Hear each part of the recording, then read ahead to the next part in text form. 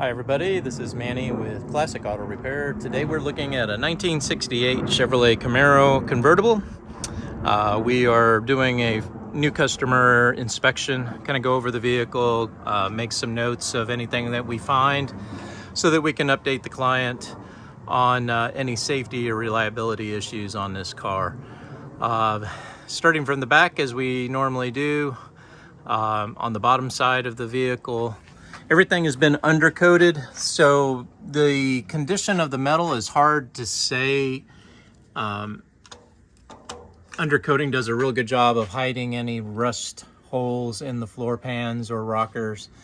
I don't really see anything just from the signs of the original exterior part of it. It all looks original. The back pan looks original, a little wavy, but nothing real serious. The frame looks to be in pretty good condition. I ran all the way to the front to the back. It's got some connectors added to it for the convertible flex. I got the rockers on the outside. They all look clean and don't look damaged from any previous repair. But up in here, it's really hard to say. I would say there was probably some metal work that was done right along here. There's signs of welding, but again, underneath the undercoating, it's hard to say what it is.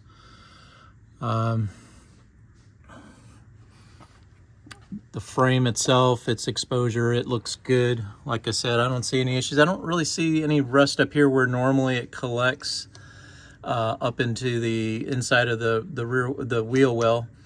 On the back of this tire spray, you get a lot of water and rust accumulation, but it looks good over here. I got a few bolts missing, like this one right here is not there. But that's just, like I said, that's for panels and things like that. Same thing can be said up here on the front. You got a few screws missing in the trim. The spoiler up front has been taken off, or maybe it got broken. You can kind of see where they had attached the plastic spoiler, but it must have broken off at some point. The car maybe was setting lower. I did notice on the suspension that they have a height adjuster here. I don't like these things because they fall out. And what they're trying to do here is get a little more lift out of this coil, maybe to clear the fender wells, which are not clearing. It's one of the main things I noticed on the road test is you cannot turn the car without the fender wells hitting up at the top on the tires, and it makes a terrible noise, and it will damage the tires and the fender trim. So definitely something that needs to be fixed. But on this side, the little adjuster, gap adjuster, is not here, so it probably already fell out, or maybe they only needed it on one side. I'm not really sure about that. But number one concern I would say in drivability is that these wheels don't have enough offset based on the Willwood upgraded brake spindles and setup they have for the braking in here. This is all probably stock, I would imagine, but they do make different offsets on these expensive calipers. This is probably the best brake system you can put on this car. But unfortunately, if you don't get everything mated up correctly when you build it, you run into geometry issues like this. This, as you see from the backside, this tire is out about 2 to 3 inches further than it should be. It shouldn't be sitting outside of the wheel well. This should be way inside, so that when you're making turns and it goes up and down and on the bumps, it's not hitting up here on this metal, on that bolt right there. That's the most common, and what it does is it's going to groove this tire. Not only that, but it makes a terrible noise when you barely hit any bumps in the during the road testing. I went over very small dips in the road, and these tires were catching as a result of them being so far pushed out. Same thing is on the back. This wheel is way too far out. It needs to be up inside of that trim ring. It should be way up in there. It looks better. And obviously for usability, this thing can only go straight the way that it's set up right now. So that's the fix on that is probably going to be a different wheel, even though I know these are made for Camaros and they look stock. This offset is way too much. I don't know. I don't really know how they're going to go about doing that. And the other thing you got to worry about is because these are Willwood calipers, there's only certain size wheels that will fit. I don't even know if stock rally wheels will fit over these calipers because they are the bigger piston calipers. So there's some serious work that needs to be done there. You may want to go to my recommended tire and wheel place to see if they can work with you. They do it every day. That's all they do is wheels and tires. I don't do them enough to give you an answer as to what to put on there to fix it. It's just not something that we do out here. We try to go with our recommendations based on stock spindles and calipers and things like that. But something like this that's been modified highly, you can see this is very nice. These calipers and rotors are just great. They're awesome. But someone didn't install this one correctly because you can see these grind marks right here on the rotor. The other side doesn't have it. And what it is this bolt right here. This caliper's not shimmed correctly. Maybe this washer's behind the spindle, or this bolt just being too long. What it's doing is it's hitting on this rotor here, and it's causing a groove, and it probably makes a lot of noise when it was first driven. But we probably need to get that bolt taken out, ground down, and then reinserted or spaced out to make sure that it could be the top or the bottom or both. As far as while we're talking about the brakes and working our way to the front, the back brakes look like they're in good shape. It looks like the linings are doing what they're supposed to. I see a little bit of fluid leak. You can see a little bit of fluid accumulation, and that's probably from this banjo bolt right here. They have copper washers. You got to be real careful about stripping these, and if they over torqued them, it's not going to tighten, and there may be a leak that can't be fixed there. We will put a torque wrench if you want us to try to get those tightened up. Same thing over here. You can see the puddling of brake fluid right along the bottom of the caliper, real close to this banjo. They're supposed to have a couple of washers on there. And when they're copper, and when you torque this to the correct torquing, those washers flatten out and they create a seal. But when they're on these Willwood calipers, man, I don't know. I've always had problems with their fittings. They strip out real easy. So hopefully that's not the situation here. But again, a concern would be loss of brake fluid. It's going to get on the brake pads, cause grabbing of the brakes, and the reservoir is going to start to empty out. When you run out of fluid, you no longer have brakes. Don't really see a lot of accumulation in the wheel or tire, so I don't think it's a significant leak. Otherwise, we would be seeing signs. However, the car hasn't been driven much. So until you get a lot of miles on it, you're not going to see signs of failures on these parts because they're just so fresh and brand new. And I'm sure there's not a lot of mileage put on this car.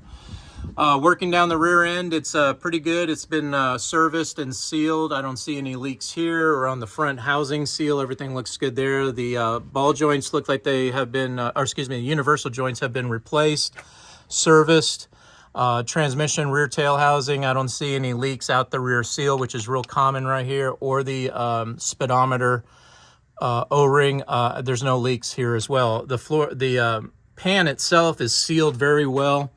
There's no signs of leaking out of the lower pan. Working my way forward, looks like it's got new gas shocks. KYBs are on it. Can't really see them because they sprayed over undercoating on everything under here. But those are new KYBs. It's got a big exhaust system. These are oversized pipes, bigger than what they came with, and it's got some big Flowmasters, and these are very loud. I've put them on cars, and you can't have a conversation in the car. It's hard to hear the stereo. If you're a hot rodder, they're great because you're going to really hear the engine, but for 80 to 90% of my customers, they want something that they can still, have a conversation or hear their surroundings. You don't get ringing in your ears like you will with these Flowmasters. So depending on what kind of car you want to set up, this car has been set up as a hot rod. It has a high compression engine in it, which we'll talk about when I get to the top side.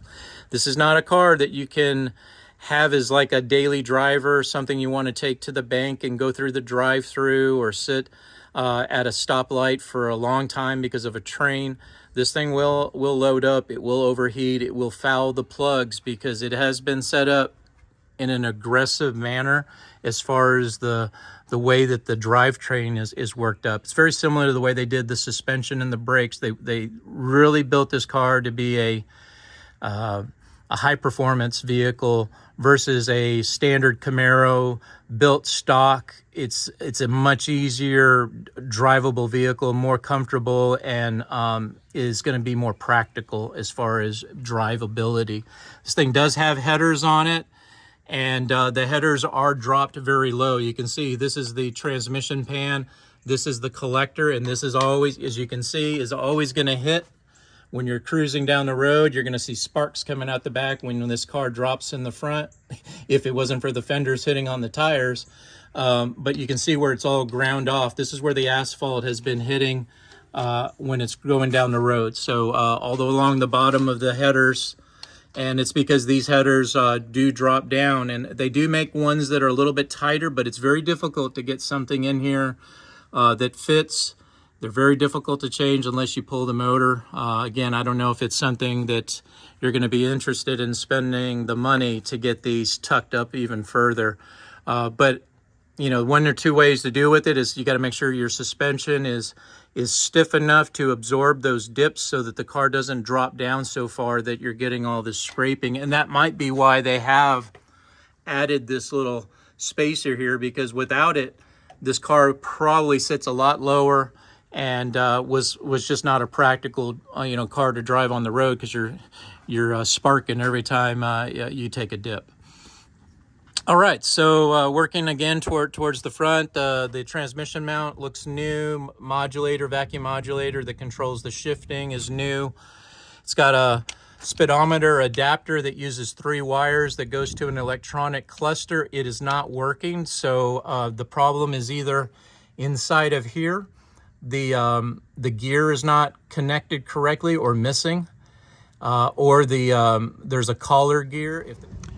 And then finally, it could be the connection at the dash cluster. There's some calibration and things, so could be any number of things. It's pretty easy to take this out and check to make sure the gear is in there and that everything is working correctly. But right now we don't have a speedometer, and it's either here or up on top in the dash that's causing the issue. All right, so this is the old speedometer cable just laying here on the exhaust pipe. I would probably strap that down so it's not melting on the top of the exhaust pipes. But nothing else major there. They did use safety keeper wire on a lot of the fasteners, which is good. Keeps things from vibrating loose. I believe we've hit everything on the bottom of the car that I need to look at. Motor mounts, like I said, are in good shape. Everything is pretty fresh and new on the bottom. I don't see any areas. The bushings, lower control arms, uppers have been replaced, all of the bushings. So the front end should be pretty straight, go down the road pretty good. I didn't really notice any issues with drivability until you get into high speed, and then the front end kind of moves around a little bit. So I wanted to get up underneath the car before I took any more road tests on it. Now that I've seen the bottom, I can kind of better idea of how this car will perform. But with the tires hitting on the fenders, there's not a whole lot of drivability at this time until this is fixed right here. Okay, we're going to go ahead and drop the car down and finish the inspection on the top side.